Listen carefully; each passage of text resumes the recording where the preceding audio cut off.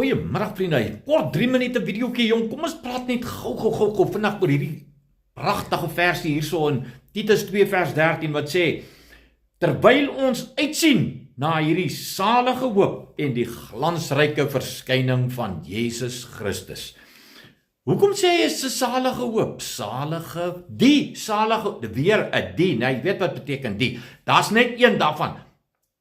Salige hoop. Die eerste ding, dis 'n hoop, want het die Christene van vandag nog hoop?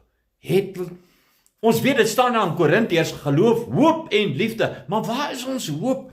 Hoop is nie op hierdie wêreld nie.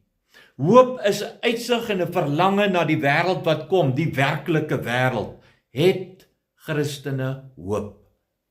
Antwoord daai vraag asseblief eerlik. Het jy hoop? Of is dit sommer maar net, ja, jy het dit ergens gesien, dit staan in die Bybel. Wat is die tweede ding oor hierdie salige hoop wat ek vir jou wil sê? Dis 'n opgewonde verwagting, want dit is 'n salige hoop. Hy het 'n verblydende, troosryke, aanmoedigende effek op my lewe. Dis 'n salige hoop.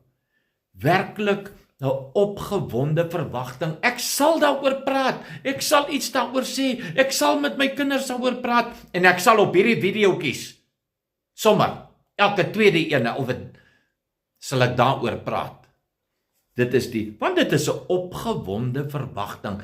Die groot verwagting wat 'n Christen het, onvergelykbaar met iets anders. En dan lees ek in die derde plek, hoekom het 'n salige hoop genoem word? Want dit is, ons gaan die groot verdrukking vryspring.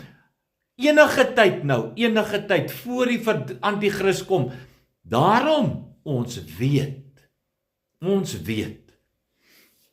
In die vierde plek, dit is die ware lewe waarna ons uitsien, want daai dag begin die lewe. Hierdie is nie lewe nie. Dis hoekom dit is 'n salige hoop. Sien uit daarna, dit is die stadium wat my werklike lewe begin. Vir die meeste mense is dit die tyd wanneer die lewe ophou. Vriende, ons het 'n probleem oor hierdie goed, hoor. En dan die vyfde plek, dis 'n wonderbare bevestiging. Op daai dag gaan daar absoluut, is 'n mooi Engelse woord, vindication. Dan gaan dit 'n bevestiging vir die hele wêreld wees. Daai mense het die waarheid geglo. Die Here God het hulle gebed beantwoord. En wat op daai dag sien ons, die verlosser Jesus Christus, hy gaan ons uit hierdie wêreld uit verlos.